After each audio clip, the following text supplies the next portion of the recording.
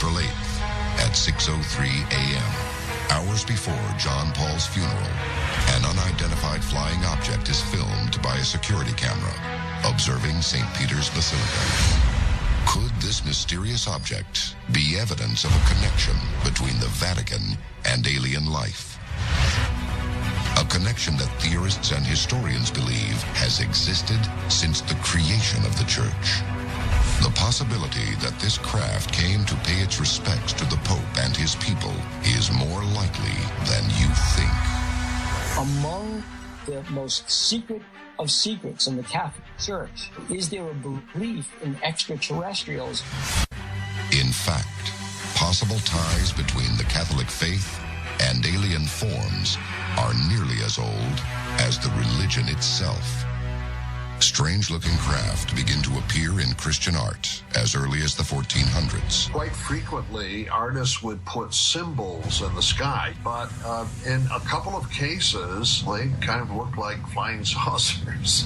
One painting, the Madonna with San Giovannino, depicts the Lady Madonna in the foreground and San Giovannino in the background pointing up to the sky. And he sees a craft that is clearly visible in the painting. In the Miracle of the Snow, you have a painting of Jesus and Mary above, and below it appears to be what could be described as a fleet of UFOs or flying saucers directly below them.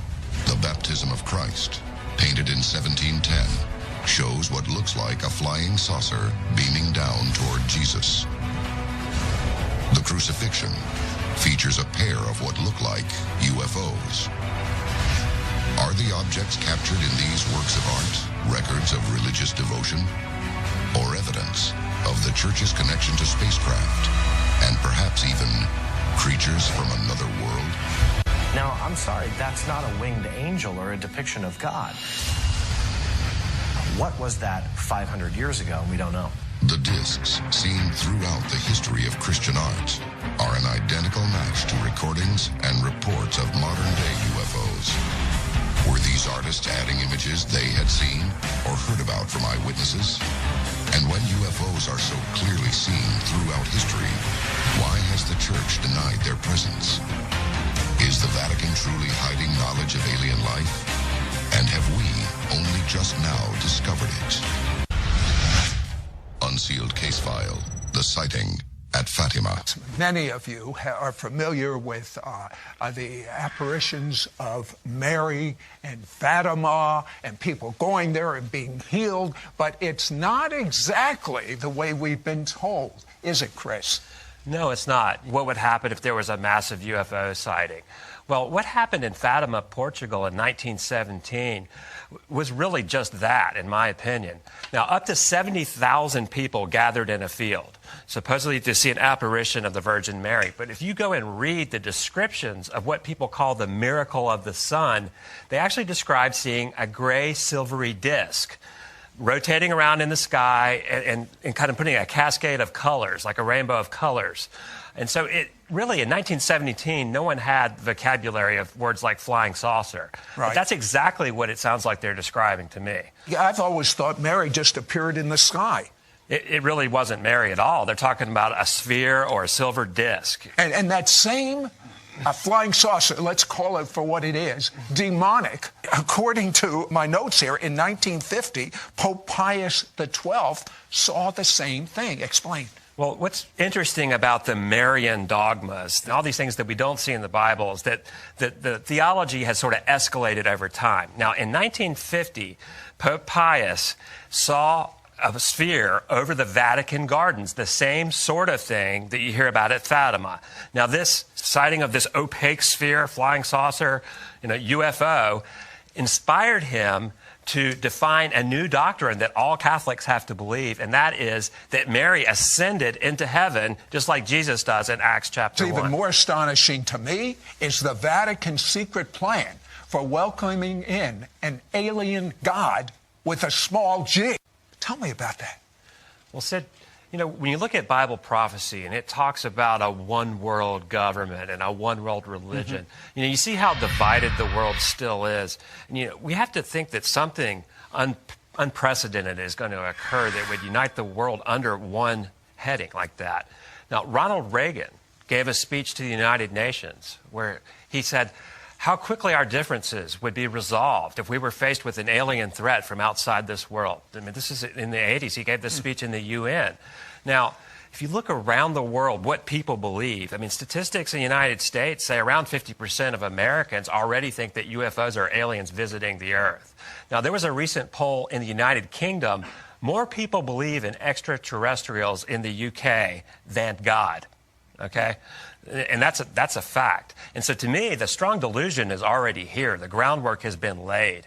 And our hypothesis is these powers and principalities that Paul writes about in Ephesians 6, these demonic forces have seeded this idea into the world, so we are primed and ready for a deception. Okay, but what makes you think the Vatican has planned to announce this? Well, they're having astrobiology conferences. They've made it intellectually virtuous to believe in these extraterrestrials.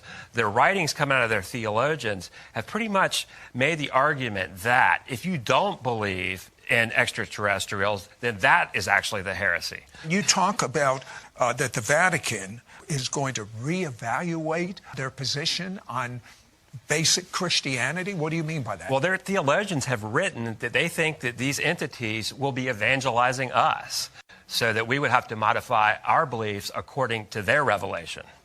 All these things the Bible says is black and white. They've got to be watered down for there to be a one-world religion, for people to welcome in an Antichrist. I mean, what a setup. We even had the opportunity to go to Mount Graham in Arizona, which is where their Vatican Astronomical Technology Telescope, called that, where it's at, where the Vatican's astronomers study the deep space. And in the course of doing that, getting permission through the Arizona State University to go there to meet with their astronomers, the Jesuits who are there, we also got access to top astronomers that work in Rome, including an astronomer by the name of Guy Cosmonago. He's one of the top astronomers for the Vatican. What was the major thing you got from that interview with him? Oh, well, two major things. One, he says without apology that very soon the nations of the world are going to look to the aliens for their salvation. And then, of course, you want to get behind that, right? You want to find out where are they coming from. So he agreed to be interviewed 5 times from Rome, and then gave us documents which are not available to the public that outline what much of the inner thinking of the highest level theologians and astronomers at the Vatican believe now, including the idea that Jesus might be the son of a star child. Now, when we ask him what is a star child, right, they're talking about an alien intelligence from another world, and that the birth of Jesus Christ, the virgin birth, was in fact comparable to an abduction scenario in which these aliens used the Virgin Mary to create Jesus. And this is one of the ways in which they're combining the idea that we are soon to be visited by an alien savior from another world.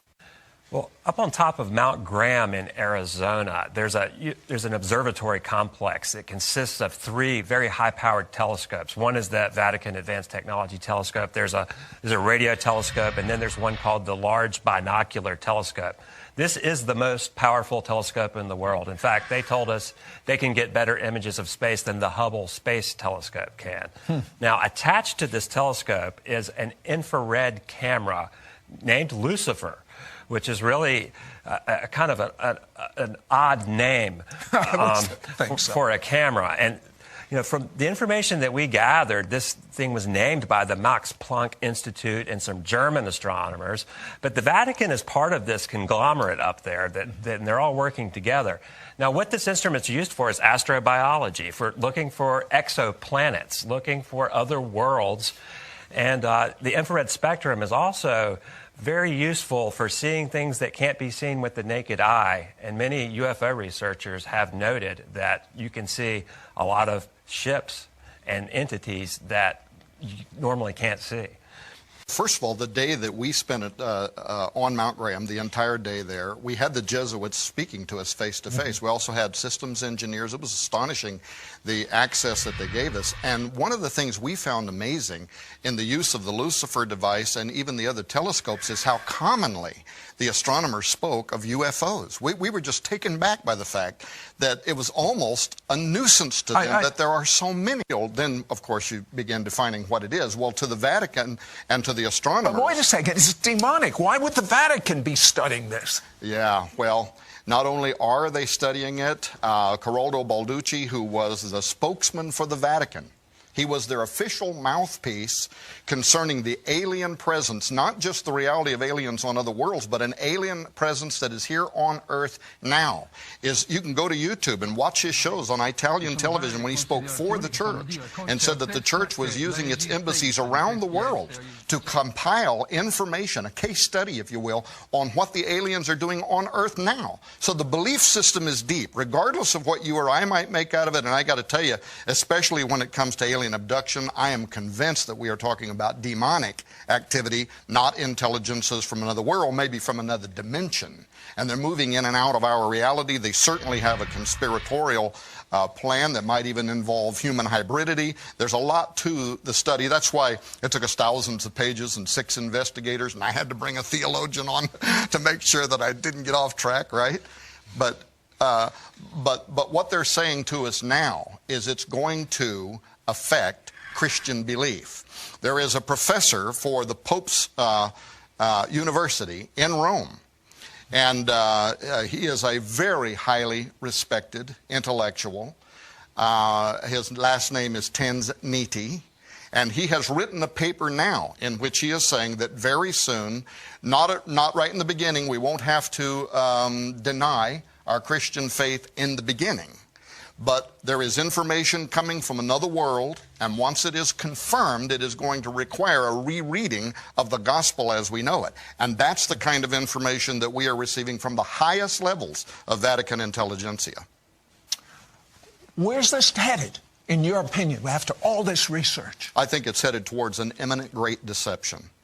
I think they either know something or they suspect something, and that's why they're preparing the Catholic faithful.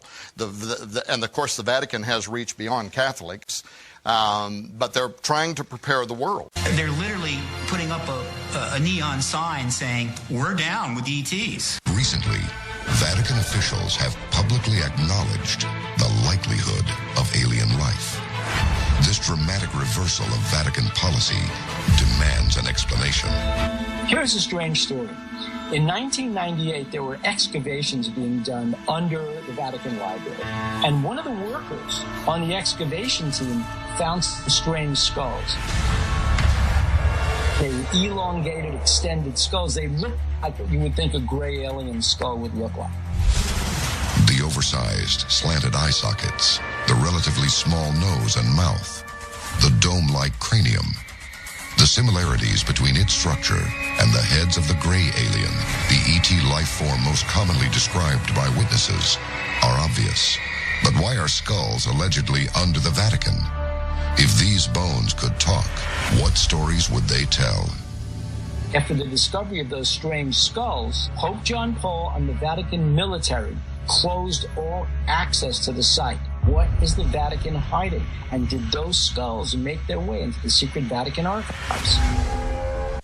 Could these skulls be the remnants of aliens who once lived in the Vatican? The Vatican is built on the ruins of ancient Rome. And underneath the Vatican is what's known as a necropolis. A necropolis is a vast burial ground. So there could be skulls dating back not just 2,000 years from the birth of Christ, but all the way dating back to the beginning of Rome. Perhaps the conclusion was best put by a nun who stated, whatever those remains represent, there's a reason why the good fathers buried them there to be forgotten. Catholicism is going to be on the forefront for really being that open-minded religion to join.